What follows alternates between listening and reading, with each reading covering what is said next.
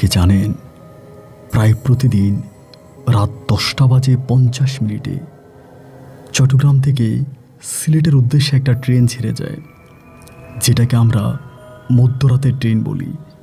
ওই মধ্যরাতের ট্রেনের যে ড্রাইভার থাকে, তার সঙ্গে ওই মধ্য রাস্তায় গভীর রাতে কি ঘটতে পারে আপনি কি একটাবার চিন্তা করে দেখেছেন? রাতের ওই কুটকুটে অন্ধকারে পাহাড়ি রাস্তায় যখন বিশাল ট্রেনটা নিয়ে যাচ্ছে, ওর সামনে কি এসে দাঁড়াতে পারে, কি কি জিনিসও দেখে। আমি শুনেছিলাম এমনও হয়, ও রাতে যখন রেলগাড়ি নিয়ে যাচ্ছিল ঢকঢক ঢকঢক ঢকঢক করে এক পাহাড়ি রাস্তায়, হঠাৎ তার রেলগাড়িটা থেমে গেল। চারদিকে কুটকুটে অন্ধকার, হেল্পারটা পাশের সিটে বসে আছে। রেলে কোনো সমস্যা নেই, ইঞ্জিনে কোনো সমস্যা নেই, কিন্তু তারপরেও কেন রেলটা থেমে গেল বোঝা গেল না।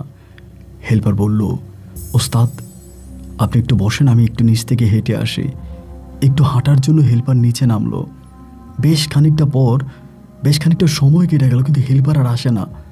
আপনি চিন্তা করলেন কি ব্যাপার, ও আসছে না কেন? ওকে দেখার জন্য আপনি নিজেও একটু নামলেন নিচে, ওকে আর আপনি দেখতে পাচ্ছেন না। হঠাৎ আপনি দেখতে পেলেন ওকে দুজনে হাতে এবং পায়ে ধরে ছিঁড়ে ওর মাংসগুলোকে চাবিয়ে চাবিয়ে খাচ্ছে।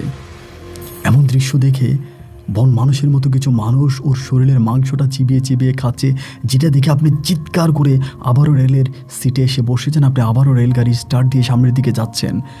আপনার ভয়ে বুক ধরপর ধরপর করে কাঁপছে। খানিকটা সামনে যাওয়ার পর আপনি দেখলেন সেম হেল্পারটাই আপনার ট্রেনের সামনে দাঁড়িয়ে ট্রেন থামানোর জন্য চেষ্টা করছে, এবং আপনি ওই সময় ট্রেন থামাতে পারছেন না। আপনি সোজা গিয়ে হেল্পারের বুকের উপরে ট্রেনটা তুলে দিলেন। সে চিৎকার দিল, আপনিও চিৎকার দিলেন। হঠাৎ আপনি দেখলেন আপনার পাশেই ওই হেল্পার শুয়ে আছে। আপনাকে বললেন, তুই এখানে কেন? ও বলল, কই কি হয়েছে, আমি তো ঘুমিয়েছিলাম। আপনি বললেন, খানিকটা আগে তো এমন এমন ঘটনা ঘটেছে।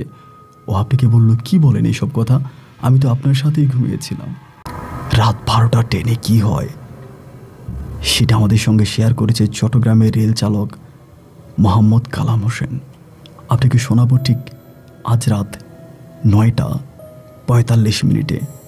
চোখ রাখুন আপন আপন ইউটিউব চ্যানেলে। ধন্যবাদ সবাইকে।